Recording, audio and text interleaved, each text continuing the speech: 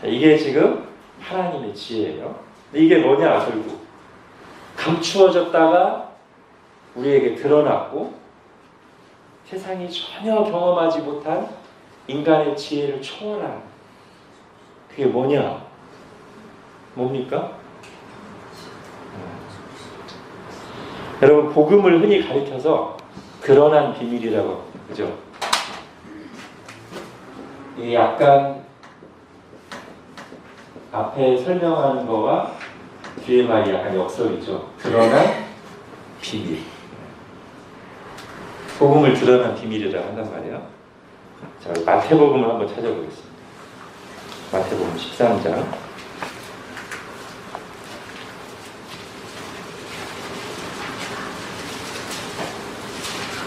여기 이제 비밀이라는 말이 나오죠.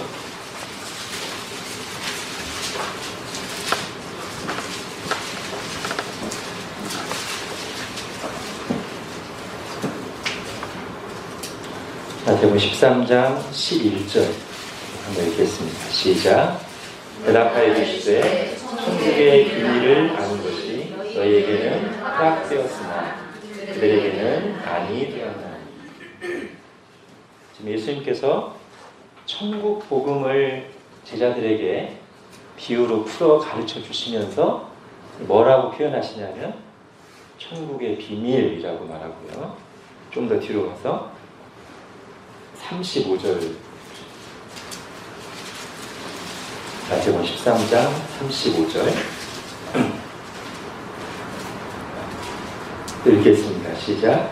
이는 선지자를 통하여 말씀하신 바 내가 입을 열어 비유로 말하고 상태로부터 감추인 것을 드러내리라 함을 이루려 하십니다. 예, 오늘 본문의 7절하고 비슷하죠? 그죠? 감추어졌던 것인데 만세전에 미리 정하신 것이라. 이거라 지금 마태복음 13장 35절에 창세로부터 감추인 것을 드러내리라. 그죠? 이게 지금 같은 말이에요. 마태복음 13장 전체가 뭐냐면 천국의 비유예요. 천국 복음을 예수님이 비유로 풀어주시면서 하신 거란 말이죠. 그래서 여기서 지금 고린도전서 2장에서 말하는 하나님의 지혜, 은밀한 가운데 있는 하나님의 지혜, 감추어졌다가 즉 우리를 위해서 우리의 영광을 위해 만세전에 미리 정하셨다가 이제 드러난 하나님의 지혜가 뭐냐면 예수 그리스도 또는 예수 그리스도의 복음이란 말이죠. 사실 이게 우리 지난번에 한 대 나옵니다. 1장 24절에 오직 부르심을 받은 자들에게는 유대인이나 헬라인이나 그리스도는 하나님의 능력이요 하나님의 지혜니라. 이미 앞에 나와요. 그러니까 바울이 지금 이걸 제가 계속 말씀드린 이유는 여기서 지금 6절을 우리가 해석을 자, 온전한 자들 중에서 내가 지혜를 말하겠다. 그러니까 성숙한 자들에게는 내가 뭔가 다른 내용을 얘기하는 게 아니고요. 여전히 바울은 지금 예수 그리스도에 대해서 말하고 있는 거란 말이죠. 이 본문도. 다른 거 얘기하는 게 아닙니다. 여전히 바울은 1장부터 계속 지금 하나님의 지혜이신 예수 그리스도, 세상이 알지 못하는 이 복음에 대해서 계속 말하고 있다는 거예요. 자, 그런데 이 지혜에 대한 세상의 공식적인 판결은 무엇입니까? 여러분 6절에도 굳이 세상의 지혜라고 한 뒤에 통치자들의 지혜라는 말을 다시 한번 썼고요. 8절에서도 이 지혜는 이 세상의 통치자들이 한 사람도 알지 못했다라고 해서 세상의 통치자라는 말이 2번 나와요. 그래서 왜 굳이 바울이 세상의 통치자라는 말을 쓸까 할 때 가장 오늘 본문 문맥을 살필 때 가장 적합한 해석은 저는 이렇게 생각합니다. 세상에서 지혜로운 자들의 대명사가 아니고요. 세상에서 지혜로운 자들의 대명사는 1장 20절에 나왔어요. 지혜 있는 자가 어디 있느냐? 선비, 서기관이 어디 있느냐? 이 세대의 변론가가 어디 있느냐? 거기서 이제 이 세상 지혜로운 자들의 대표들은 이미 다 얘기했고요. 여기서 말하는 이 세상 통치자들은 그것을 판단하는 지위에 있는 사람으로 보입니다. 지혜의 옳고 그름을 판단하는 있는 사람들. 이게 이 세상의 통치자들이. 이 사람들이 판결을 하잖아요. 그죠? 옳고 그름을 판결한단 말이에요. 그런데 이 세상 통치자들은 하나님의 지혜에 대해서는 완전히 감각이 없어서 8절에 영광의 주를 십자가에 못 박는 판결을 내렸습니다. 세상의 통치자, 세상에서 지혜를 판단하는 공식적인 임무를 맡은 사람들이 한 일은 뭐냐면 영광의 주를 십자가에 못 박는 것이죠. 이게 저들이 하나님의 지혜에 내린 공식적인 판결입니다.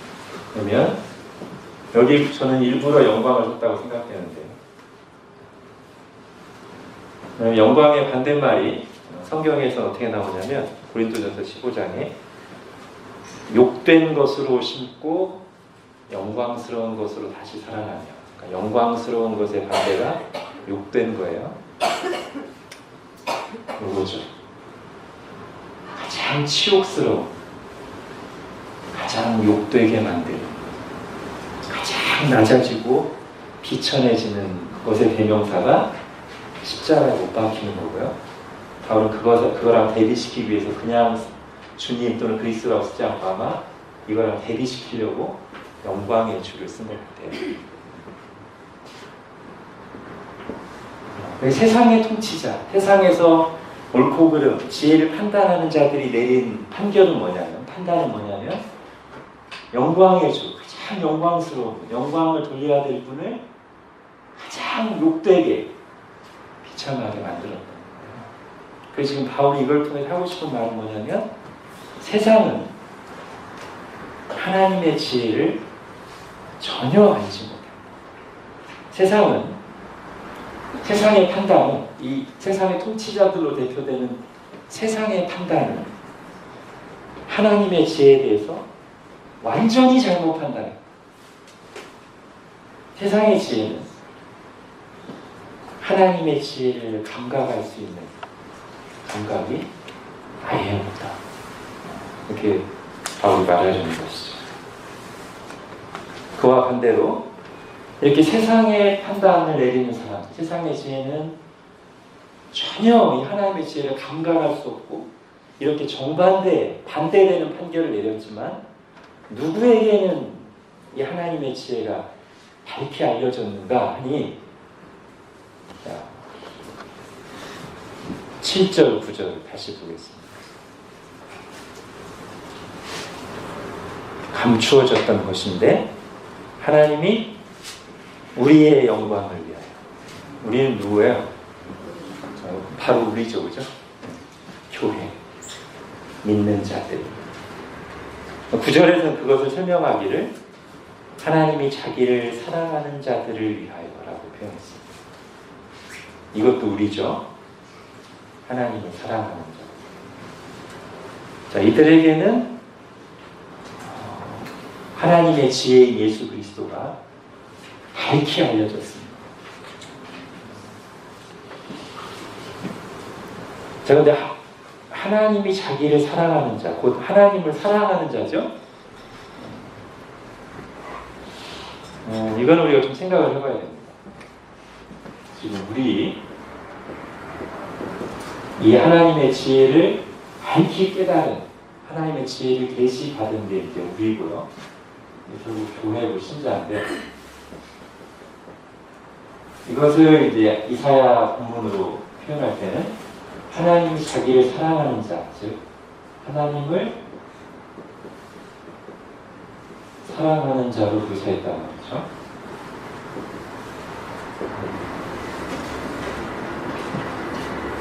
이걸 순서를 좀 분명하게 해야 돼요. 하나님을 사랑하는 자라고 표현했다고 해서 하나님을 사랑하기 때문에 이 복음을 계시해 준 건 아니고요. 그죠? 그건 우리가 잘 생각해야 돼요. 하나님을 사랑하는 자에게 이 복음을 드러내셨다고 하니까 하나님을 사랑하니까 네가 나 사랑하는구나. 자, 내가 감춰줬던 비밀을 보여줄게. 이게 아닙니다. 그죠? 감춰줬던 비밀을 보여줘서 깨닫게 했더니 결과적으로 얘가 사랑하게 된 건데 그걸 이제 나중에 종합해서 말할 때는 하나님을 사랑하는 자에게 복음을 보여줬다 이렇게 말하는 거예요. 그죠? 근데 또 그렇게만 말하면 약간 부족해요. 이게 결국 순환 논리인데 하나님께서 하나님이 사랑하는 사람에게 선택한 사람에게 복음을 계시해 줬더니 깨닫게 했더니 그 복음을 깨달은 사람이 하나님을 사랑하게 됐어요. 그죠? 그리고 하나님을 사랑하고 찾는 자들에게 이제 그렇게 하나님을 알게 돼서 눈을 떠서 하나님을 더 사모하고 찾는 자들에게 하나님이 또 하나님의 뜻을, 하나님의 마음을 더 풍성하게 계시해 주죠. 그죠? 출발점은 하나님으로부터 시작되지만 이게 약간 이제 순환되는 느낌이 있어서 선순환이죠. 하나님이 우리를 사랑하시고 복음을 깨닫게 하셔서 우리도 하나님을 사랑하게 되는데 하나님을 사랑하고 찾으면 또 하나님이 복음을 풍성하게 깨닫게 하시고 알게 하시고 그럼 또 하나님을 또 사랑하게 이렇게 되는 거죠. 그렇죠? 아무튼 세상 통치자와 구별해서 하나님의 복음을 누구에게 계시해 줬는가? 우리에게 교회에게만 복음을 계시해 주셨습니다. 저 하나님을 사랑하는 자라는 표현은 신자를 표현할 때 성경 곳곳에 나옵니다. 어디 나오죠? 여러분 가장 잘 아시는 하나님을 사랑하는 자 어디 나와요? 네, 그렇죠. 로마서 8장 28절에 하나님을 사랑하는 자를 설명하기를 곧 그 뜻대로 부름받은 자. 네, 그렇게 말하잖아요. 이게 오늘 본문하고 잘 연결돼요. 세상은 하나님의 택하심을 받지 않은 세상은 하나님의 지혜에 대해서 이런 판결을 내릴 수밖에 없습니다. 그러나 하나님의 뜻대로 부름받은 자들은 예수 그리스도를 믿는 건데 그 사람들이 누구냐면 이게 같은 사람. 하나님을 사랑하는 자, 곧 그 뜻대로 부름받은 자. 그죠? 우리는 하나님을 사랑하는 사람들이네요. 그죠? 성경에 의하면. 자, 베드로전서 1장 8절 9절에서 나옵니다. 예수를 너희가 보지 못하였으나 사랑합니다. 그러면서 그 이유를 뒤에 뭐라고 말하냐면 이는 믿음의 결국 곧 영혼의 구원을 받으니 너희가 구원 받았기 때문에 예수를 사랑하는 것이다. 하나님 사랑해서 예수님 믿는 게 아니고 구원 받았기 때문에 예수님을 사랑하게 됩니다. 이렇게 말합니다. 자, 여기까지가 이제 1단락이고요.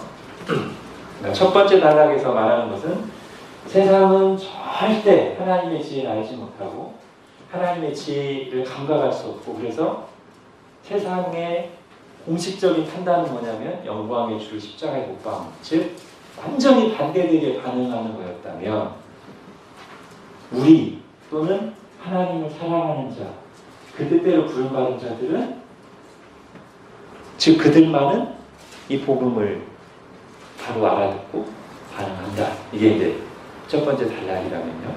10절부터 나오는 두 번째 단락은 그럼 이 사람들은 어떻게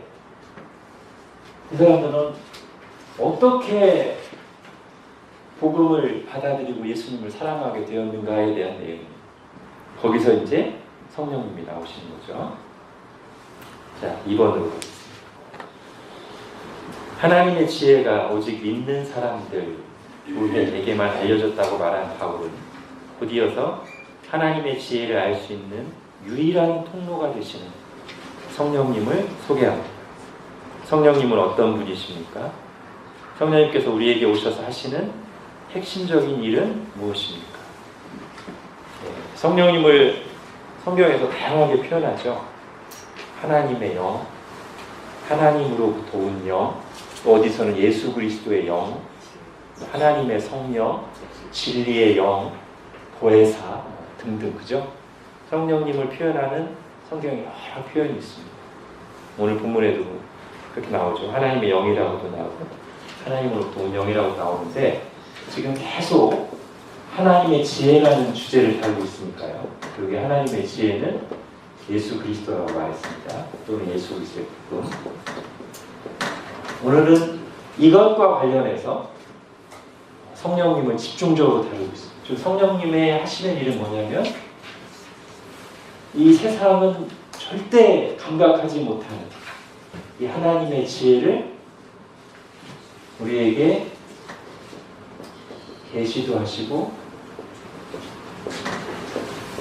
깨닫게도 하시는 분이 성령님이시다. 이것을 말하기 위해서 바울이 어떤 말까지 하냐면 10절 11절에 성령님 말고는 이것을 알 수 있는 존재가 아무도 없다. 오직 성령님만 이것을 알 수 있는데, 그럼 이 사람들이 이걸 어떻게 알게 됐느냐? 유일하게 이것을 알고 계시는 분이신 성령님이 그들에게 임하셔서 그들의 마음을 비추고 깨닫게 하셔서 우리가 복음을 받게 됐다는 거죠. 그러니까 우리는 다 그 뜻대로 부름받은 자들인데, 또 누구냐면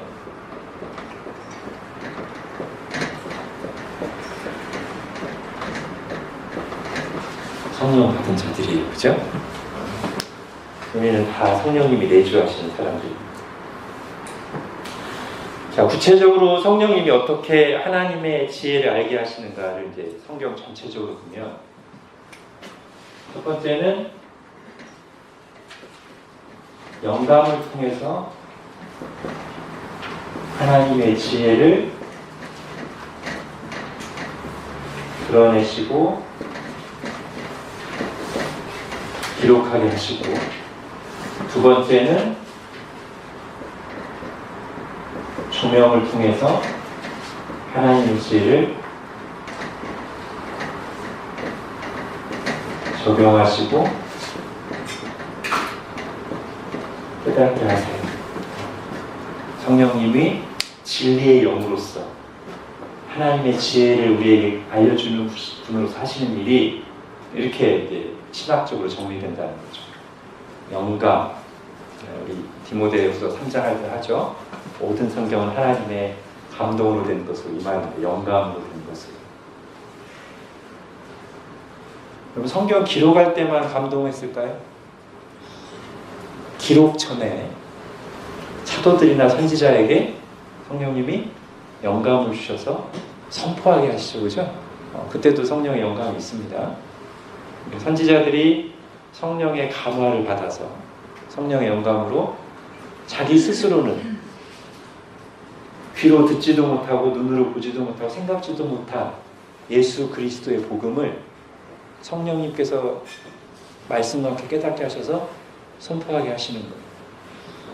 그것도 영감이고, 그 뒤에 그것을 또 하나님이 명령하셔서 성령 기록하게 하시는데, 성경으로 그때도 영감하시다.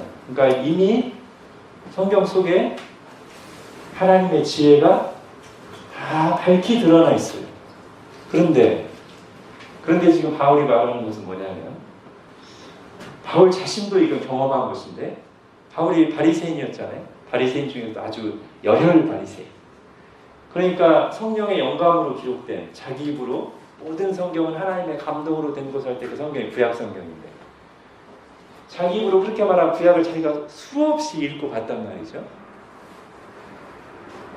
그런데 그 영감된 성경을 읽고 암송하고 연구했으면서도 이 사람은 요게 있기 전까지 예수 그리스도를 박해하고 예수 그리스도를 믿는 교회를 박해하는 그런 자리에 있을 수밖에 없었단 말이에요.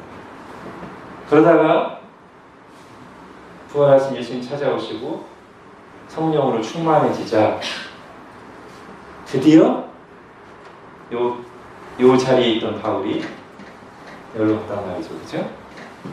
그래서 그 과정을 성경이 이제 사도행전에서 기록할 때 아나니아가 와서 안수하면서 네가 길에서 만난 주님이 너를 성령으로 충만하게 하신다 말하고요. 그러면서 그가 이제 눈에서 비늘이 벗겨졌다고 나오죠. 그죠? 이게 아마 이제 상징적인 걸 거예요. 이미 성경 속에 하나님의 지혜가 밝게 드러나 있지만 눈이 가려져 있으면 마치 이 세상에 하나님이 만드신 찬란한 우주 만물이 있지만 맹인인 사람은 전혀 그것을 볼 수 없듯이 성경에 하나님의 지혜가 밝게 드러나 있지만 이렇게 닫혀 있으면 비늘로 덮여 있으면 성경을 읽으면서도 맹인, 읽으면서도 예수님을 믿을 수가 없어요. 오히려 반대로 반응하고 쉬운. 성경을 보면서 시험 들 수 있어요. 그죠? 그런데 성령님이 오셔서 그 뜻대로 부르심을 받은 자, 택함 받은 자들에게 이렇게 해주시면 그 다음부터 어떻게 되는 거예요? 바울이 예수님을 바로 알게 되자 빌립보서에서 뭐라고 그래요? 내게 있던 모든 것을 배설물로 여기고 예수님 아는 지식만 내가 추구하겠다. 그렇게 바뀌어요. 그죠? 이렇게 있던 사람이 사실 바울도 거의 여기 해당되잖아요. 그런데 내가 예수 그리스도를 위해서 모든 것을 배설물로 여기겠다 라고 바뀌게 만드는 사역이 성령님의 사역이라고 하죠. 영감하시고 조명하시고 요거는 이제 보통 우리가 끝났다고 말합니다. 이건 성경 66권이 완성될 때 그리고 사도와 선지자들의 시대가 끝날 때, 즉 교회 안에서 제가 한 2, 3주 전에 주일날 나눴던 교회 직원 할 때 기초 직원 또는 비상 직원인 사도와 선지자는 교회 기초를 놓을 때만 있었다고 했죠. 그때까지만 영감이 있어요. 오늘날 누가 또 영감을 거론하고 자기를 사도와 선지자처럼 얘기하면 이단이 된다고 했잖아요. 그러니까 이건 끝났어. 영감 그러나 조명은 끝났어요? 안 끝났어요? 끝났으면 우리도 끝이 났죠. 그죠? 이게 끝났으면 우리도 끝장인데 이거는 계속되고 있고요. 이걸 우리가 구해야 되는 거예요. 그죠? 여러분이 교회 안에 선포되는 말씀에서 기도할 때, 저를 위해서 기도해 주실 때 요거에 기도하셔야 돼요. 여러분 각자 자신을 위해서 성경을 읽을 때나 말씀을 은혜받기 위해서 기도하실 때 이걸 기도하는 거죠. 아까 우리 찬송한 것처럼 성령이 내 눈을 여셔서 성경을 볼 때 성령께서 영감으로 기록하신 그것을 성령께서 깨닫게 해주십시오. 저자 직감을 해주십시오. 이렇게 기도하는 거죠. 그죠? 바울이 지금 계속 그 얘기를 하는 거예요. 사람이 어떤 사람의 언변이나 그런 걸로 이 현상이 일어나는 게 아니라는 거예요. 바울이 말하는 것은. 물론 말씀 사역자가 조명을 잘 받아서 정말 말씀 잘 풀어주는 건 중요하지만 그건 이제 사역자 입장에서고요. 듣는 사람이 이 말씀이 정말 적용되게 하는 것은 사람의 언변이나 능력을 달리게 하는 거예요. 성령님의 조명이 있어요. 그죠?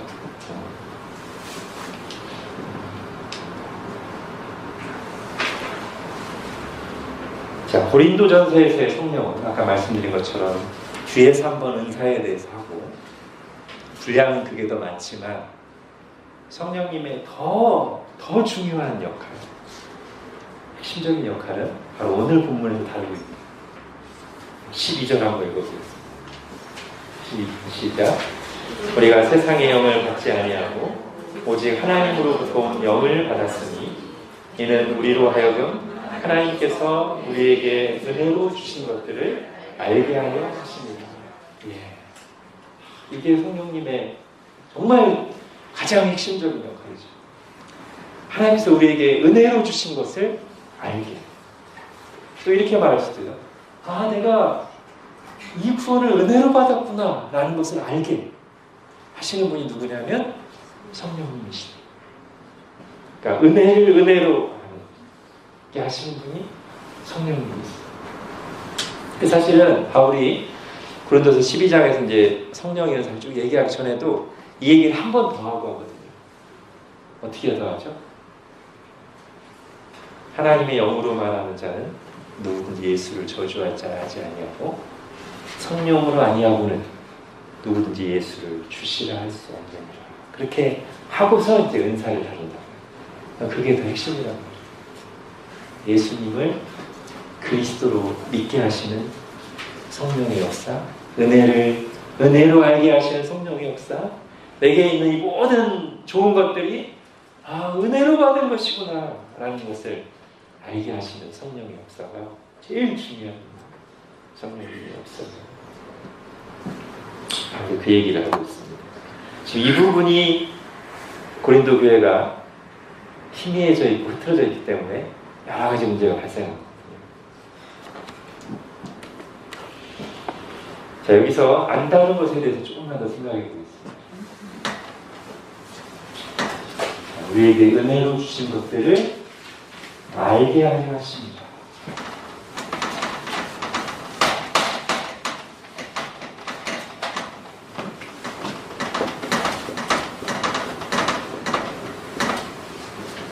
이걸 어느 구절이랑 같이 생각하면 좋겠냐면 8절 한번 보시죠. 8절.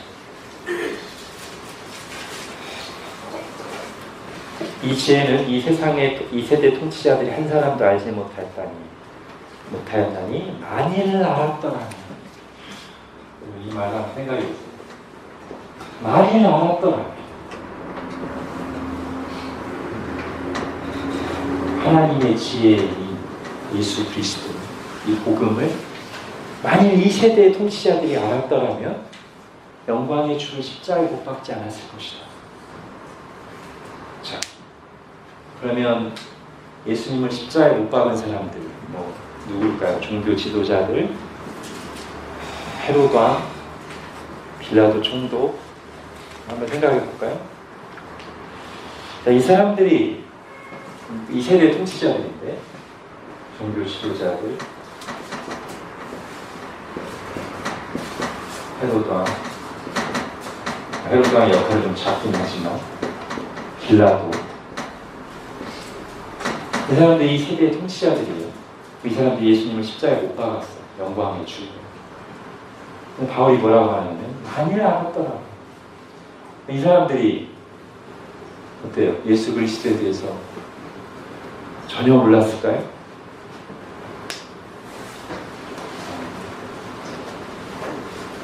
이 사람들은 예수 그리스도가 누구인지에 대한 증언은 다 들었습니다. 특히 이 사람들은 예수님을 직접 대면해서 그래, 내가 그리스도라는 말을 들었어요. 그랬더니 화를 내고 예수님을 때렸죠, 그죠? 이 사람은 예수님이 하나님의 아들이라는 말을 듣고 두려움을 느꼈어요. 이 사람은 저 갈릴리의 선지자가, 예수라는 선지자가 많은 기적을 행하고 사람들 물고 다닌다고 하니까 한번 보고 싶어 했어요. 그리고 봤어요. 호기심을 가졌죠. 근데 그거를 지금 바울은 뭐라고 하냐면 이 사람들은 예수님을 전혀 몰랐다. 예수님에 대한 정보를 들었어요. 예수님이 하신 기적에 대해서도 다 들었어요. 예수님이 그리스도라는 증언도 직접 들었어요. 관심을 갖기도 했고 두려움을 느끼기도 했어요. 그러나 지금 바울은 뭐라고 하냐면 이 사람들은 예수님을 전혀 몰라. 만일 알았더라면 영광의 주를 십자가에 못 박지 않았을 것이다.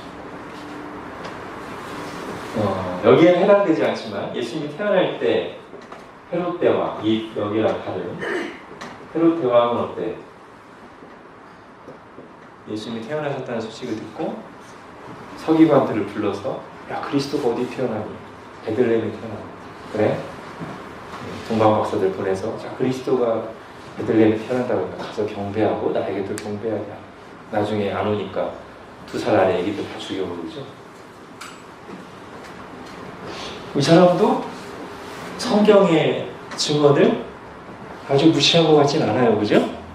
베들레헴에 태어난다는 말을 어느 정도 좀 권위 있게 여긴 것 같고 그가 진짜로 그리스도일지 모른다는 생각까지 약간 해서 죽인 거잖아요. 그죠? 위협을 느껴서. 그러나 여기서 말하는 알게와는 아무 상관이 없는 말이죠. 그죠? 성경에서 말하는 예수 그리스도를 알게, 하나님 우리에게 은혜를 주신 것을 알게는 어떤 의미입니까? 정보나 지식으로 아는 의미 아니죠. 하나님을 안다는 것은 하나님에 대한 관심과 두려움을 포함합니다. 포함하지만 관심과 두려움 정도만 가지고 하나님을 안다고 말할 수는 없습니다. 반드시 뭘로 나와야 돼? 여기 답이 여기 있네.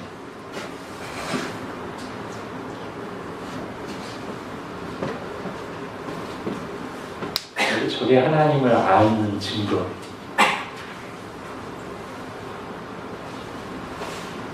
은혜를 은혜로 아는 증거. 하나님을 사랑하는 거죠.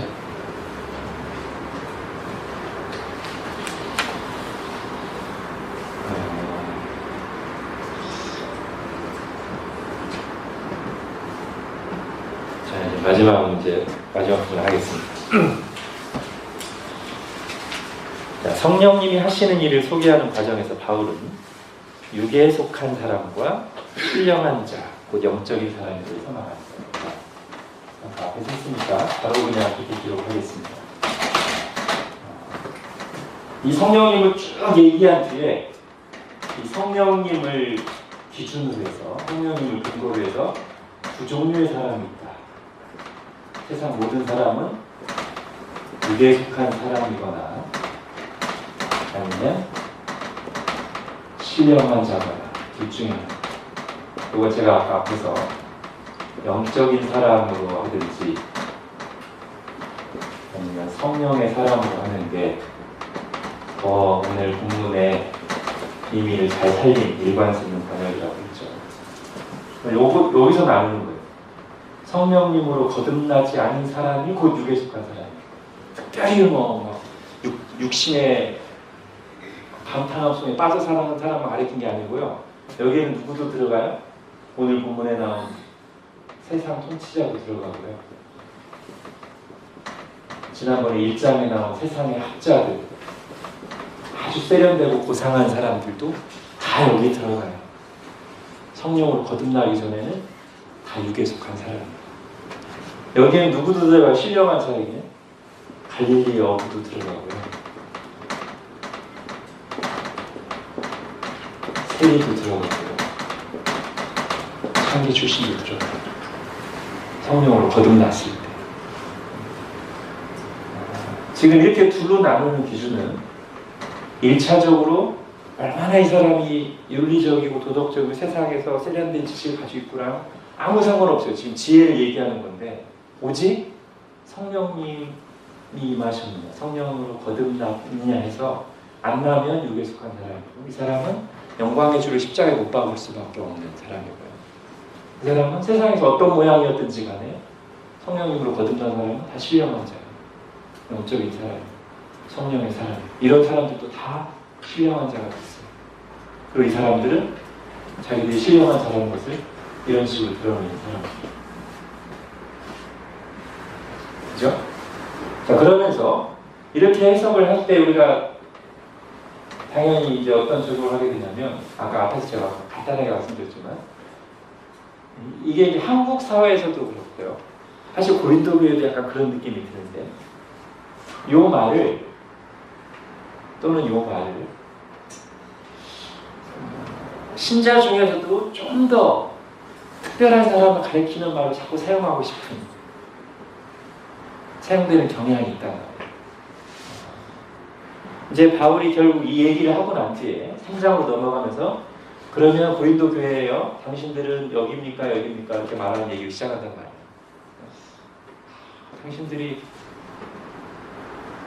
나는 바울파요 아볼로파요 하는 거 보니까 당신 이런 사람 같지 않은데 이렇게 얘기 쭉 가는 거거든요. 당신들이 지금 방언 연사를 말하고 영적인 지식이 풍성하니까 당신 스스로를 신령한 자라고 자랑하는 것 같지만 당신들이 하는 행태를 보면 별로 이래 보이지가 않아요. 네, 이렇게 말하는 거죠, 바울이. 또는 이런 말이 누구에게 잘 사용되기 쉽냐면 영지주의자들, 직통계시를 받는 사람들, 아주 막 기도를 따발총으로 유창하게 하는 사람들, 그런 사람들은 신령한 자들이고 아닌 사람들은 신령한 자들이 아닌가? 그렇지 않다는 겁니다. 요거랑 비슷한 느낌이 이런 게 있죠. 영해. 영해 알죠? 성경을 영적으로 해석한다고 하면서 알레고리라고 뭐 이상하게 문맥을 떠나서 이상한 해석하는 영해. 영해란 말 무슨 뜻이에요? 영적인 해석이라는 뜻이잖아요. 그죠? 여러분 진정한 영해는 뭡니까? 오늘 본문대로 보면 이렇게 막 더 특별한 본문에서 잘 안 나타나는 이상한 내용 말하는 게 영해가 아니고요. 복음에 충실한 해석이 영해입니다. 성령님이 오시게 되면 결국 하는 게 뭐냐면 이 사람들은 도저히 받아들일 수 없었던 하나님의 지혜, 곧 예수 그리스도를 믿게 되는데, 복음을 믿게 되는데 그게 바로 신령한 자인데, 이런 기준으로 본다면 진정으로 영적인 해석은 뭐예요? 복음에 충실한 성경 해석, 영적인 해석이고, 복음에 충실한 해석은 원래 성경 자체가 하나님의 지혜를 잘 드러내고 있기 때문에 여기에 안 나오는 뭔가 새로운 것을 자꾸 집어넣는 게 아니라 거기에 나온 그대로를 평이하게 잘 문맥에 맞게 풀어내는 게 영적인 해석이지, 문맥을 떠나서 뭔가 여기에 안 나오는 일반 신자들은 알 수 없는 새로운 심오한 것을 끌어오는 게 영예가 아니다. 그죠? 복음에 충실한 해석이 진정한 영적 해석입니다. 복음에 충실한 사람들이 영적인 사람입니다. 그렇게 가야 돼요. 그죠?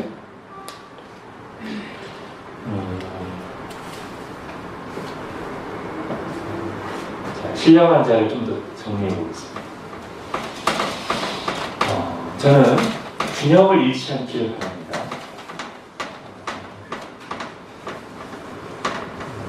이 부분에 대해서 항상 우리는 한쪽으로 치우치기 쉬워요.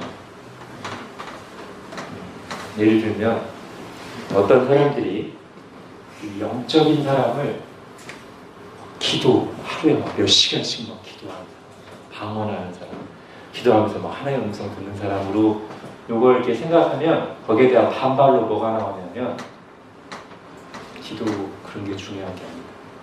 삶 속에서 하나님의 사랑을 실천하는, 그렇게 반발로 나와요. 그럼 이렇게 반발로 나온 사람은 뭐를 약간 폄하하게 되냐면 기도하는 것도 폄하하고. 그래서 항상 반발로서의 신학, 반발로서의 신학 체계는 하나님이 말씀하신 중요한 거 하나를 덩어리째 놓치기가 참 쉬워요.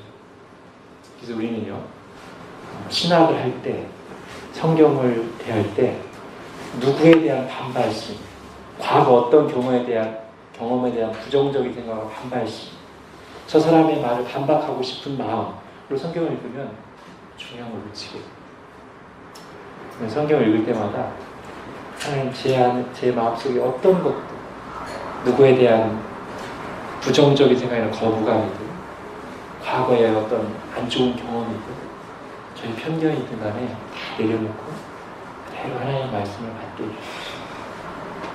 그렇게 조명해 주십시오라고 기도해야 돼요. 그죠? 그래서 여러분, 이 신령한 자를 얘기하다 보면 이 두 가지가 다 들어가야만 신령한 자일 수밖에 없어요. 하나는 지금 오늘 본문대로 하면 제일 먼저 신령한 자의 의미는 복음으로 거듭난 자고요. 복음에 충실한 자가 신령한 자겠죠. 그죠? 그런데 아까 우리가 말씀을 읽을 때 성령님이 조명해 주셔야만 된다고 했잖아요. 그러면 뭐 할 수밖에 없습니까? 성경 읽을 때마다 기도할 수밖에 없어요. 그죠? 성령님께서 이걸 풀어주시도록 제 지혜로는 안 되니 성령님께서 풀어주시고 제게 적용되게 해주시고 제 마음을 녹여주시고 이걸 위해서 간절히 기도할 수밖에 없어요. 그죠? 신령한 자는 영적인 사람은 당연히 기도하는 사람이에요. 하나님과 영으로 교통하는 사람이죠. 당연히.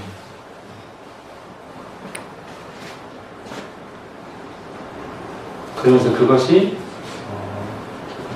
신비주의로 가거나 그렇게 하지 않고 겸손하게 교회를 이루는 모습으로 하나님을 사랑하고 이웃을 사랑하는 모습으로 나타나야 되죠. 그죠?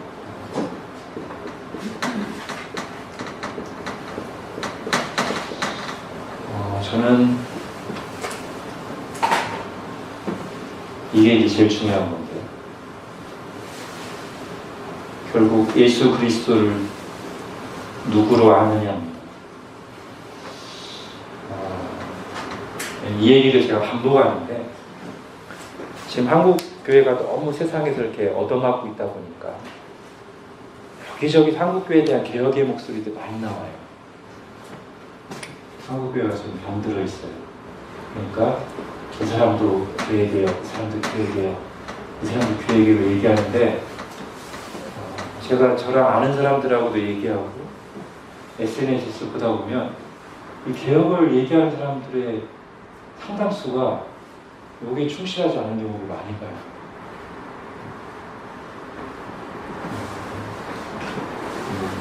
예를 들면 이런 말이죠. 교회를 안 다니는데 심지어 예수님을 믿는다고도 하지 않는데 세상에서 굉장히 정의롭고 바르게 다른 사람들을 가리키면서 이 중에 한 사람이 뭐라고 말하냐면 그런 사람이 진짜 그리스도인이 아닌가 이런 말을 서슴없이 한다. 다시요. 교회 개혁을 외치고 한국교회를 막 비판하면서 무슨 말을 서슴없이 하냐면 교회 안 다니면서 정의와 사랑을 실천하는 어떤 사람을 가리켜서 예수님을 믿지도 않는 사람을 가리켜서 저 사람이 진정한 그리스도인이 아닐까 이런 말을 서슴없이 한단 말이에요. 여러분 그건 우리가 1%도 용납할 수 없는 얘기입니다. 신령한테 가장 기본은 여기서 출발해야 돼요. 이거와 이게 신령한 자와 아닌 자라는 기본이라고. 예수님을 그리스도로 나의 죄를 위해서 죽으신 하나님을 믿지 않는데 어떻게 영적인 자가 돼요?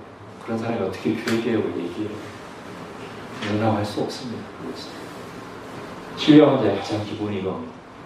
예수를 그리스도 하나님이자 사랑으로 나를 위해서 십자가에서 피 흘리신 나의 구주로 이게 영적인 사람의 가장 기본의 핵심입니다. 이게 있기 때문에 이렇게 나오는 것이죠. 그렇죠? 그런데 이제 이런 보수적인 신앙법을 가진 사람들이 이 부분에서 너무 엉터리다 보니까 한발심으로 요거를 교회 다니는 사람보다 잘하는 사람이 여기를 공략하는 거 아니겠습니까? 그죠? 그러니까 우리는 이 중에 하나도 빼놓으면 안 된다. 제가 지금 말한 것처럼 요거를 막 굉장히 강조하면서 이게 우리가 세상 사람들보다 떨어지면 결국 이게 타격을 받아요. 이걸 또 잘하려면 기도할 수밖에 없고 그러니까 뭐 하나도 놓치면 하나님 앞에 엎드려 기도하면서 또 하나 얘기하면요. 자, 그래서 이제 성경의 조명을 구하고 할 때 여러분 기도만 하면 성경이 풀릴까요? 연구도 해야 돼요? 안 해야 돼요? 해야 되죠, 그죠? 책도 읽어야 되고요, 그죠? 제가 그렇게 말씀 준비해서 전해야 되잖아요. 제가 뭐 책 아무것도 안 보고 기도만 막 오늘 수요일 내일 아침부터 저녁까지 하고 성령님께 모든 것을 맡깁니다. 이 시간을 뺏어서 말씀을 가르치면 안 되죠, 그죠? 물론 하나님이 강권적인 은혜를 주실 수 있지만 결코 성경이 원하는 태도가 아닙니다. 여러분, 바울이 오늘 본문에 와봐도 두 군데에서 이사야서를 인용하잖아요. 성경을 바삭하게 알고 있어야 되죠, 그죠? 그리고 아까도 우리 했는데 예수님이 천국의 비밀을 풀어주실 때 뭘로 하셨어요? 비유로 하셨죠, 그죠? 그런 걸 위해서도 준비가 필요하잖아요, 그죠? 저는 설교자로서 성령님의 조명하심을 구할 때 합당한 비유가 생각나게 해주십시오, 이런 기도도 합니다. 그죠? 잘 드러내기 위해서. 그러니까 지금 바울이 비판하고 있는 건 뭐냐면 내용은 없으면서 복음의 진수는 담고 있지 않으면서 세상적인 화려한 말, 수사적인 문구로 포장하는 것, 또는 그리고 거기에 혹하는 본도 교회 사람들을 탓하는 거지. 말씀을 잘 드러내기 위한 노력들까지 다 폄하하는 건 아닙니다. 그러면 예수님이나 바울도 다 거기서 어긋나는 거예요. 예수님이 얼마나 많은 알아듣기 쉽게 설명하기 위해서 비유를 가져오시고 구약 성경을 인용하시고 각 대상에 맞게 말씀하시고, 바울도 그랬단 말이에요. 그거 다 필요한 거예요. 그러니까 우리가 항상 이 신령한 뭐를 강조하면서 모든 우리의 열심과 책임을 회피하기 위한 방식으로 연로가면 안 돼요. 그죠? 우리 그리스도인들은 세상에 한 발을 딛고 있기 때문에 세상에서 당연히 할 일을 열심히 해야 되고, 연구도 해야 되고, 노력도 해야 되고, 고민도 해야 되고, 그런 걸 다 하면서 그때 정말 그러나 내 힘으로 할 수 없으니 하나님 은혜를 주셔야 되는 것이죠. 그런 것을 회피하는 도피처럼 그런 노력과 고민과 치열한 그거 없이 그냥 기도로만 모든 것을 다 때우려고 하는 식으로 하는 것은 영적인 사람의 태도가 아닙니다. 한쪽으로 치우친 잘못된 신자지, 영적인 사람은 그걸 다 가지고 있어요. 자, 그 다음 문제가 아마 그런 부분에 대한 필요한 이해가 될 수 있을 것입니다. 자, 마지막 문제. 신령한 자는 모든 것을 판단하라. 자기는 아무에게도 판단을 받지 아니하느니라는 말씀이 의미하는 바가 무엇일까요? 제가 이제 앞에서 이미 충분히 설명했기 때문에 오늘 본문이 신비주의자나 영지주의자들, 그런 사람들에게 이제 악용되면 안 되겠고요. 오늘 지금 15절 같은 것도 이거를 그냥 문맥 없이 가져와서 믿는 사람 개개인이 독불장군식으로 다른 사람의 의견이나 판단을 무시한 채 자기 생각 판단만 믿으라고 말하는 그런 구절이 절대 아니겠죠, 그죠? 오늘 문맥을 살펴볼 때 이런 뜻입니다. 세상은 교회를 또는 믿는 사람들을 판단할 수 없습니다. 기본적으로. 특히 어떤 부분에 대해서냐면 세상은 교회 또는 신자가 가지고 있는 이 복음, 이 복음을 믿는 그 신앙에 대해서 세상은 말할 자격이 없습니다. 왜요? 세상은 성령님을 받지 않은 육에 속한 자들이기 때문에 영광의 주를 십자가에 못 박을 수밖에 없는 자들이에요. 이 사람들은 복음에 대해서, 하나님의 일에 대해서 감각이 제로예요. 전혀 바르게 반응할 수 없는 사람들이에요. 이 사람들이 어떻게 교회의 신앙에 대해서 판단할 수 있겠어요? 어떻게 신자가 가진 믿음에 대해서 이러라 저러라 말할 수 있겠어요? 기본적으로 그럴 수 없단 말이에요. 세상은 신령한 자, 곧 영적인 사람, 성령의 사람인 하나님의 사람들, 있는 사람들, 교회를 세상에 판단할 수 없어요. 반면에 신자들, 신령한 자들, 영적인 사람들은 이 성령님으로부터 참된 지혜를 받은 사람들은 모든 것을 판단할 수 있습니다. 그 모든 것에는 영적인 것과 일상적인 것이 다 들어가 있습니다. 왜죠? 여러분 성령님이 어떤 분입니까? 교회 안에만 계신 분인가요? 아니죠? 온 우주 만물을 창조하신 분이죠? 이 세상에 대한 참된 지식과 분별력도 성령님으로부터 나옵니다. 그러니까 말씀을 잘 보면 세상 완전히 단절돼가지고 수도원으로 들어가거나 그러는 게 아니고요. 말씀을 잘 보면 세상에 대해서도 더 깊이 있고 정확한 관점 가지는 사람들이 되어야 되고요. 그렇게 돼요. 세상 인정 안에서 그렇습니다. 그죠? 그러니까 믿는 사람들은, 신령한 자들은 이런 일에 대해서 다른 판단력을 가질 수 있는 사람들이에요. 기본적으로. 이런 모든 부분에 대해서, 세상에 대해서 판단할 수, 저건 하나님의 말씀에 어긋났습니다. 저건 지금 성경적이지 않아. 라고 판단할 수 있는 사람들이에요. 물론 그것은 개개인으로 들어가면 그 사람의 분량에 따라 다릅니다. 그렇죠? 그리고 어떤 사람도 완전하진 않아요. 그런데 기본적인 원리적으로 말하는 거예요. 원리적으로 신자들, 영적인 사람들은 이것을 분별하고 판단할 수 있는 사람들이고 그래야 돼요. 반면에 세상은 신자가 가지고 있는 복음, 하나님 나라의 비밀, 그들의 신앙에 대해서 말할 수 있는 사람 권리가 없어요. 영적 감각이 제외란 말이죠. 자, 그래서요, 이걸 조금 적용해 보면, 아까도 이제 말했습니다만, 교회가 지금 도덕적으로 문제가 있으면 건강하지 못하니까 여기저기서 비판의 소리들이 들어요. JTBC에서도 막 얘기하잖아요. 교회에 대해서. 자, 그 중에서 교회가 잘 못하고 있는 부분에 대해서 하나님이 세상을 들어서 우리를 꾸짖는다는 생각하고 우리가 받아들일 부분이 당연히 있습니다. 예를 들면 발람 선지자가 엉터리로 하니까 하나님이 나귀의 입을 열어서 발람 선지자를 책망하시고, 요나 선지자가 하나님의 마음을 너무 이해하지 못하고 완전히 하나님 뜻과 거슬러 가니까 거기 있던 뱃사람,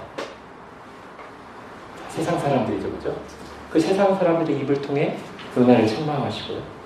이스라엘이 엉터리로 하니까 바벨론과 아수르를 들어서 이스라엘을 두들겨 패시고요. 그것처럼 교회가 똑바로 보다면 하나님 세상을 통해서 징계하기도 하시고 세상 사람들 통해서 말하기도 하십니다. 너는 네가 그러면 안 되지 얘기한단 말이에요. 그럴 때는 받아들일 수 있어요. 그리고 그것을 하나님의 음성으로 듣고, 마치 다윗이 자기를 저주하는 시므이의 말을 나를 징계하시는 하나님의 음성으로 들었듯이 그렇게 듣고 회개하면 우리 유익이 있어요. 근데 세상이 그 선을 넘어서서 우리가 가진 신앙의 내용에 대해서까지 판단하기 시작하는 것에 대해서는 우리가 조금도 용납할 수가 없습니다. 지금 교회에 다니는 사람들의 행위가 부족하다고 해서 믿음으로 의롭다함을 받는 이 복음의 진리까지 지금 감나라 변화를 하고 있는데, 세상에서 영화도 만들고, 우리 교회의 행위가 부족한 부분에 대해서는 부끄러워하고 회개해야겠지만 이심층의 교회까지 건드리는 것은 안 되죠. 거기에 우리가 조금 흔들려서 생각합니다. 이런 예를 들면 좋을 것 같습니다. 여기 그 교회 다니셨던 분도 계신데, 예전에 어떤 교회에서 아프가니스탄으로 선교를 나갔습니다. 근데 마침 그때 그 테러 일당에 의해서 붙잡혔고, 그게 이제 뉴스에도 막 보도되고 국가 관계랑도 연결되면서 엄청난 비난을 들었습니다. 교회가. 언론을 통해서. 근데 그때 제가 굉장히 마음 아팠던 것은 뭐냐면, 그때 막 인터넷에도 막 그거에 관련된 기사가 올라오면 막 댓글이 막 몇천 개씩 달리고 하는데, 그 댓글 중에 적지 않은 댓글 속에 이런 댓글들이 있었어요. 나도 기독교인이지만 부끄럽다. 자기 있는 곳에서 성실하게 살면 되지 왜 남의 나라까지 가서 다른 종교 믿는 사람들에게 성교합시고 입고를 당하는 참 오지랖도 넓다. 저는 그런 글을 볼 때 너무 화가 나서 마음이 아팠습니다. 저는 과연 그 말을 하는 사람이 기독교인지 궁금합니다. 아니 그럼 다른 종교 믿는 사람들에게 전도하지 누구한테 전도해요? 예수님 안 믿으니까 불교를 믿든 힌두교를 믿든 이슬람을 믿든 아무것도 안 믿든 무속신앙이든 다 전도해야지. 그리고 국가가 선교하지 말라고 하면 우리가 선교 안 해야 됩니까? 그런데 그런 뉴스나 그런 움직임들이 확 한번 나오면요, 의외로 교회 다니는 사람들이 많이 흔들립니다. 괜히 선교에 대해서 위축되고요, 선교한 거에 대해서 부끄럽게 생각합니다. 그럼 그것은 완전히 잘못된 태도입니다. 그럼 바울을 비롯한 위대한 선교사들은요, 국가에 허락받고 선교 나간 사람은 없습니다. 아무것도 안 믿는 사람들에게만 전도한 게 아니라 다 다른 신을 믿는 사람들에게, 이교도들에게 전도한 겁니다. 선교한 겁니다. 그들은 오지라퍼들이 아니고요, 주님의 지상명령에 마음으로 동참해서 헌신하여 순종한 사람들이. 그렇죠? 저는요, 그래서 세상이 교회를 비판할 때 나도 기독교인이지만 이 말 정말 안 했으면 좋겠어요. 되도록. 물론 아까 제가 말한 내용, 우리가 정말 도덕적으로 넘어져 있는 부분이나 합당한 비판을 받는 부분에 대해서 우리가 부끄러워 회개해야 되지만, 마치 나는 잘난 것처럼 같이 교회를 비판하는 세상편에 서가지고 같이 교회에게 돌 던지는 일을 하면 하나님 기뻐하실까요? 아니죠, 그죠? 특별히 여기 있는 우리 어린이, 청소년, 청년들이 아마 그런 분위기에 쉽게 휩쓸리고 교회에 대해서 강력하게 비아냥거리는 주변 사람들을 많이 만날 텐데, 그때 여러분 오늘 말씀 잘 기억하기 바랍니다. 쉽게 거기에 굴복하거나 편승하지 말아요. 나도 기독교이지만 하면서 같이 그 사람들 편에 서서 교회 돌 던지는 역할을 하지 마십시오. 회개하고 아파할 게 있다면 아파하고, 그 다음에는 지혜롭게 기회를 가서 우리가 조금 더 양보할 수 있는 복음과 선교 사명에 대해서는 타협할 수 없습니다.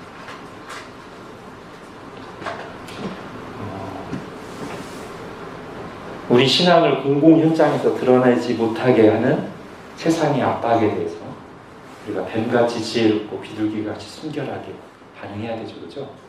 무조건 또 복음 드러낸다고 아무 때나 그러는 게 아니고 잘 지혜롭게, 그러나 위축되거나 타협하는 것이 아니라 기회를 봐서 복음을 드러내고 내가 그리스도인이라는 걸 드러내고 신자다운 모습을 보여야 됩니다. 우리의 신앙은 공공 현장에서 드러나야 되는 것이지 교회 안에서만 드러내라고 주신 신앙이 아닙니다. 그래서 아마 여러 성에 대한, 그러니까 수없이 얘기했으니까 더 길게 얘기하지 않겠습니다. 성에 대한 인본주의적인 관점이 세상에서는 더 인간답고 사람을 이해하는 것 같고 사람인 것처럼 자꾸 말하니까 우리가 위축되고 나는 사람 없어서 그러나 라고 생각되기가 쉬워요. 아닙니다. 누가 하나님보다 더 사랑이 있습니까? 그렇죠? 우리가 이 말씀 잘 생각해보고 신령한 자는 모든 것을 판단하고 자기는 아무에게도 판단을 받지 아니하느니라. 세상이 교회의 진리를 판단하도록 허용해서는 안 됩니다. 그리고 우리는 정말 말씀을 잘 배우고 주님의 은혜를 구하면서 영적으로나 일상적으로나 하나님의 관점을 가지고 잘 판단하는 자들이 되어야 됩니다. 그리고 우리 자신은 아무에게도 판단을 받지 않는, 즉 세상의 판단을 두려워만 하지 않지만 말씀의 판단을 잘 받아야 됩니다. 세상의 판단도 안 받고 말씀의 판단도 안 받는 그 사람은 이제 그야말로 누구도 고칠 수 없는 독불장군이 되는 거죠. 교회에서 목사가 권면해도 저는 아무에게도 판단을 받지 아니합니다. 네, 이제 힘들죠, 그죠? 말씀의 판단은 항상 잘 받아요. 말씀으로는 권면에 대해서는 항상 마음이 열려 있어요. 그래야 병들지 않습니다. 교만해지지 않습니다. 그러면서 우리의 분별력도 늘어나는 거죠. 영적으로, 일상적으로.